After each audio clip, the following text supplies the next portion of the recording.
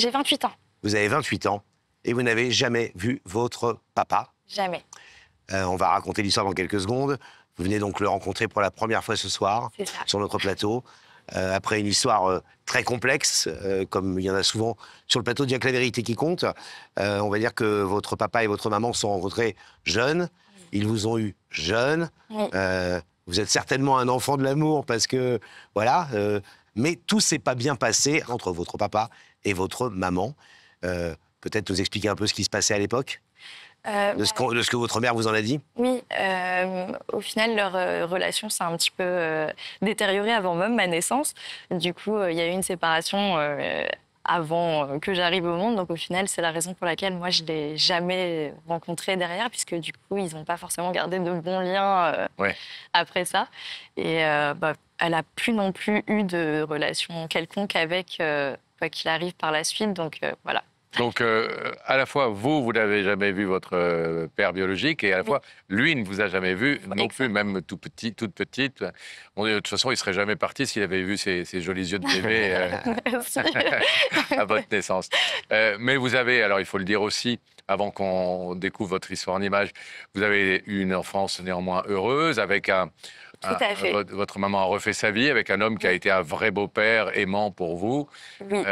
Et c'est un peu plus tard, à l'adolescence, que vous vous êtes posé des questions sur votre père biologique. Exactement. C'est vrai que moi, j'ai eu la chance d'avoir un papa merveilleux qui m'a toujours donné tout l'amour et le soutien dont j'ai besoin. Donc, j'ai pas ressenti ce manque affectif, voilà, aussitôt dans ma vie. Mais c'est vrai qu'en devenant adolescente, oui, j'ai été parfois confrontée à des situations qui ont fait que je me suis demandé derrière. C'est quoi ces confrontations, ces situations? Notamment une fois, par exemple, j'étais avec ma maman, on a rencontré quelqu'un qui a connu mon père à l'époque et qui a dit à ma maman tu es la fille de Karim. Donc ma maman lui a dit que oui et il m'a dit tu ressembles vachement à ton papa. Du coup, ça m'a un peu scotché, parce que moi, je ne l'ai jamais vu, donc je ne sais pas vraiment à quoi il ressemble. Et ça a été un des déclics, je dirais, au départ, qui a fait que j'ai commencé à me poser des questions. Et puis, voilà, quoi. Après, ma vie a évolué. Je suis moi-même devenue maman depuis. Vous avez un enfant de 4 ans? Oui, c'est ça. Fille, garçon? Un garçon. Un petit garçon? Oui, un petit garçon de 4 ans. Donc, c'est vrai que la maternité fait que, on ne voit plus les choses de la même façon. Et du coup, oui, je me pose beaucoup de questions. J'aimerais bien savoir où il est, ce qu'il fait, ce qu'il devient. À quoi il ressemble, à qui je ressemble, du coup. Et si peut-être lui a envie aussi de savoir ce que moi je suis devenue. Alors, on va découvrir cette histoire, votre histoire, en images, telle qu'on a essayé de la retranscrire au mieux. Regardez.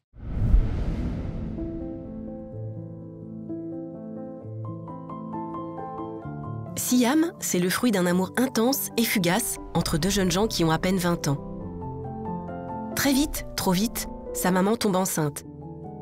Et elle se rend compte que l'homme qui partage sa vie et qui est le père de son bébé n'est pas fait pour elle. Son mode de vie et ses comportements ne lui conviennent pas. Elle ne veut pas que sa petite fille grandisse dans un environnement instable. Alors, afin de protéger son enfant, elle annonce à Karim qu'elle préfère qu'ils se séparent. Le jeune homme le vit très mal. Et la prévient, si tu me quittes, cet enfant n'aura pas de père. Mais sa décision est prise. Elle va se débrouiller toute seule, sans lui. Elle ne le reverra plus jamais. Siam a grandi auprès de sa maman et d'un beau-père aimant, qui a pris soin d'elle comme l'aurait fait un vrai papa. Mais malgré tout l'amour qu'elle reçoit, il y a des questions restées sans réponse qui la hantent. Qui est son vrai père? A-t-il cherché à la connaître? Pourquoi ne fait-il pas partie de sa vie? Aujourd'hui, Siam est une jeune femme épanouie de 28 ans qui n'a toujours pas eu de réponse à ses interrogations. Alors, elle a décidé de faire appel à Yak la vérité qui compte, pour retrouver un homme qui est son père et dont elle ne connaît que le nom, Karim. Notre équipe l'a-t-elle retrouvé et aura-t-il le désir et la volonté de rencontrer sa fille derrière le rideau? La réponse dans quelques minutes sur notre plateau.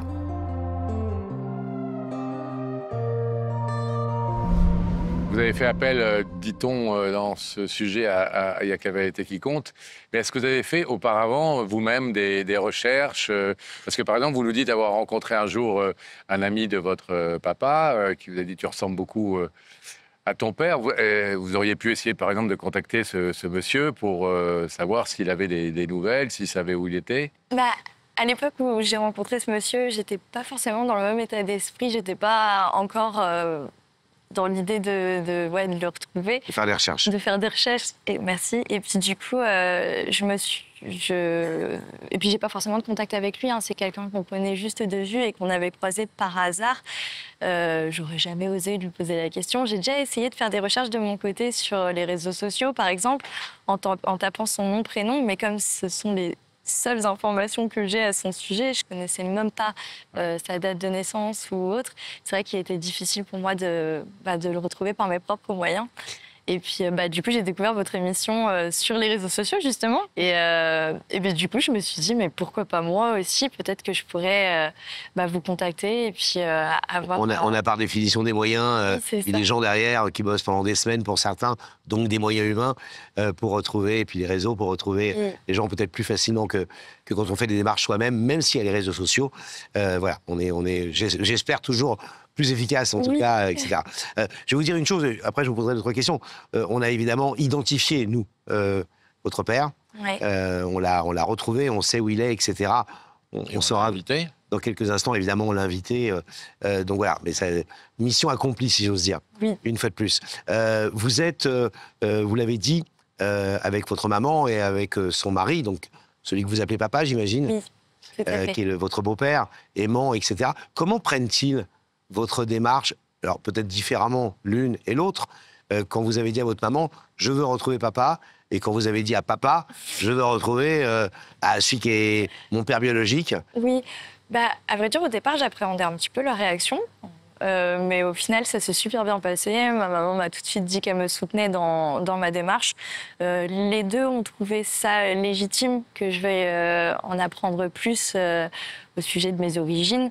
Et puis, au final, j'ai leur soutien depuis le début. Ils sont derrière vous. Oui. Et vous êtes en couple aujourd'hui? Oui, donc, avec du coup le papa de votre tout à fait. enfant, et lui aussi vous il me soutient comprend et vous soutient dans cette démarche. Il y a vraiment vous avez envie de lui dire quoi si vous le retrouvez ce soir sur ce plateau? Vous avez envie de lui dire quoi, ce papa? Père biologique, pour l'instant, c'est pas un papa. Oui, je voudrais, s'il est d'accord, qu'on se rencontre, qu'on échange sur les personnes qu'on est, chacun de notre côté, et puis pourquoi pas qu'on apprenne à se connaître s'il est d'accord, quoi.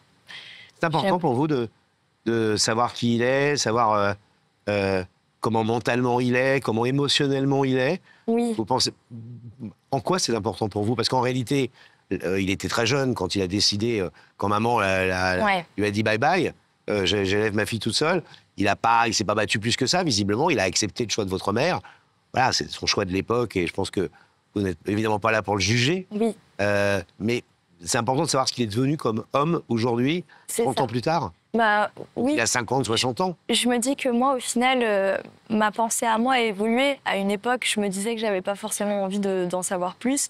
Aujourd'hui, je veux en savoir plus. Donc, je me dis peut-être que lui aussi, avec les années, peut-être qu'à l'époque, il se disait c'est pas plus mal comme ça. Et qu'aujourd'hui, il serait peut-être plus ouvert à d'autres possibilités, disons. Donc, je me dis que voilà, ça fait partie de ma nature. Je suis comme ça, j'ai envie de savoir. Vous êtes curieuse. Voilà. Et vous voulez aller jusqu'au bout des choses. Vous avez bien raison. Et quand vous dites d'autres possibilités, ça veut dire que le rencontrer, le voir ce qu'il est devenu, parler. Oui. Mais peut-être, pourquoi pas, si ça se passe bien et que vous trouvez que c'est un type formidable et qui vous aime bien, commencer à entretenir des relations plus régulières et tout. Pourquoi pas? Pourquoi pas, s'il est d'accord d'établir un lien on va voir comment ça se passe et puis si on s'entend bien. Donc sans forcer les choses, mais lui dire que même si vous êtes une maman, une amoureuse, une fille et belle-fille comblée, il y a une petite place pour lui éventuellement dans votre vie. Oui. Possiblement en tout cas. Exactement. Ma maman me dit aussi que mon petit garçon lui ressemble un petit peu, donc peut-être que lui aussi, il trouvera facilement une place parmi nous. Peut-être qu'il a envie de s'en créer une, peut-être pas. On a compris, tout le monde ressent ici le côté positif, j'allais dire presque solaire de votre personnalité. C'est vraiment dans de bon esprit-là que vous faites ces démarches ce soir? Oui. Après, Vous avez l'air très apaisé. Je suis tout le temps comme ça. Ah oui, pourtant, je ne suis pas forcément. Vous avez l'air. Non, mais apaisé dans votre démarche, c'est-à-dire Oui. très sereine, très. Oui, c'est ça. Vous n'êtes pas dans une sorte de demande un peu fébrile, un peu Oui. angoissée. Qu'il accepte ou non de me rencontrer, je respecterai sa décision comme il a respecté celle de ma maman il y a une époque. Je me dis que voilà, c'est le chemin de la vie et on verra. Advienne que pourra. Bon, c'est la magie de cette émission, effectivement, de pouvoir essayer de retrouver des personnes qui ont disparu de notre vie et de voir si ces personnes sont d'accord ou pas pour eh bien, reconstruire quelque chose ou commencer même à construire, puisqu'en l'occurrence, vous n'avez jamais rien construit avec... C'est ça. Alors, on l'a invité. Est-ce qu'il est ou non dans la loge de Rebecca? On va aller le voir tout de suite. Vous restez comme il se doit, silencieuse. Le rideau va se refermer. À tout de suite, Siam. Merci, à tout de suite. Derrière nous. Et on va rétablir le contact avec la loge de Rebecca. Rebecca. Oui. Ça Alors, va, Rebecca? oui, bien sûr, mais je ne vais pas faire durer le suspense plus longtemps parce que Karim n'a pas accepté l'invitation. C'est-à-dire que Karim n'est pas venu sur le plateau.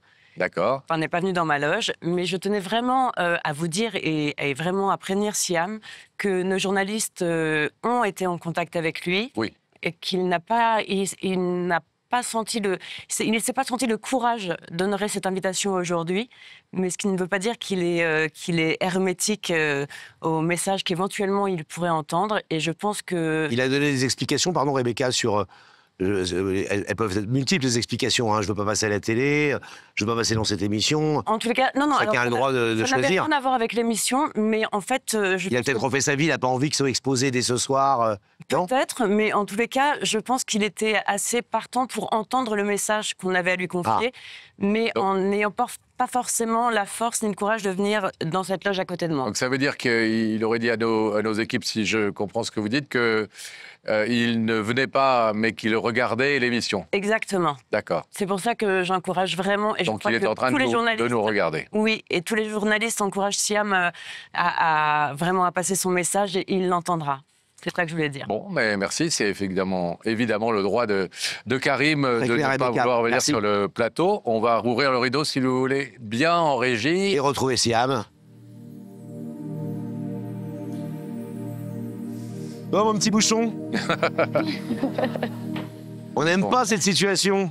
Il y a une mauvaise nouvelle et deux bonnes nouvelles, je trouve. La mauvaise nouvelle, bon, c'est qu'on aurait aimé tous, et vous la première, mais tout notre public aussi, les téléspectateurs, que Karim soit dans la loge de Rebecca et que vous puissiez vous voir ce soir. Oui. Les deux bonnes, c'est que la première, vous la connaissez, on l'a retrouvé, on sait où il est et il est au courant de votre démarche. Et la deuxième bonne, c'est que, d'après ce qu'il a dit à nos journalistes, il regarde l'émission. Ok. Alors, donc, il a entendu déjà ce que vous avez dit depuis le début de cette séquence, mais est-ce que vous voulez vous adresser plus particulièrement à lui, presque un peu dans les yeux? Oui, et juste avant que vous disiez ça, je rappelle juste la règle quand même, Pascal, pour que tout le monde comprenne. Évidemment, la seule chose qu'on n'a pas le droit de faire, Pascal et moi et nos équipes, c'est de vous donner ses coordonnées ou son numéro de téléphone à lui. D'accord. Parce que, sauf s'il nous le demande, évidemment, on lui donnera immédiatement. Ok. Mais voilà, c'est la seule règle qu'on s'impose, évidemment. On laisse les personnes dans leur choix et personne n'est jugé ici et c'est pas un tribunal. Donc les gens le font de manière avec cœur et pas sous la contrainte. Donc voilà. Mais à l'inverse, évidemment, et avec Évidemment. votre accord, et on suppose que c'est le cas, on pourra lui donner vos coordonnées Ok. à l'issue de cette émission. Alors. Néanmoins, si vous voulez lui parler, il y a une caméra derrière nous. Ok. Si vous voulez lui dire quelque chose, mais c'est pas une obligation. Alors Karim, si vous nous écoutez ce soir, votre fille vous parle. Bonjour Karim. Je voulais te dire que si je faisais cette démarche aujourd'hui, c'est parce que tu l'auras compris, je suis ta fille et j'aurais aimé te rencontrer si du moins tu es d'accord. Moi, j'ai toujours eu cette petite part d'ombre dans ma vie liée à mes origines biologiques, même si j'ai eu la chance d'avoir un papa merveilleux qui me donne tout l'amour dont j'ai besoin. Mais c'est vrai que j'aimerais avoir la possibilité, si tu es d'accord, de mettre un visage sur ton nom et d'apprendre à te connaître si tu es d'accord, qu'on se rencontre. Et voilà. En tout cas, si je fais cette démarche aujourd'hui, je juge personne, je suis pas là pour bouleverser des vies, mais peut-être plus pour compléter un petit peu la mienne, si je puis dire. Donc voilà, merci de m'avoir écouté. Moi, je vais vous dire quelque chose. Moi, j'ai pas de fille, mais je serais drôlement fier d'en avoir une comme vous. Voilà. Merci. Si elle va vous laisser repartir, bon, ça, vous n'êtes pas sous le choc. Ça va. Très bien. Ah oui. Et puis, vous savez, dans cette émission, Je m'y les étais choses préparée. Voilà. mettent le temps d'infuser, comme on dit pour le thé. Parfois, ça met quelques semaines, quelques mois. Parfois, c'est immédiat. Peut-être que Karim va nous appeler, qu'on vous retrouvera sur le plateau, un de ces quatre. Espérons. C'est déjà arrivé récemment. Oui, oui, il y a plein de choses qui se passent après. Il y a des choses très belles qui se passent pendant l'émission. Mais ce qui est important aussi, c'est ce qui se passe après. Et il y a plein de choses qui se passent après. Bon, soyez On est très heureuse, en tout optimistes. cas. Merci. Vous avez l'air de l'être déjà. Soyez là encore plus. Et bravo pour votre démarche. Ça dit ça. Voilà, allez-y. Attention, faites gaffe.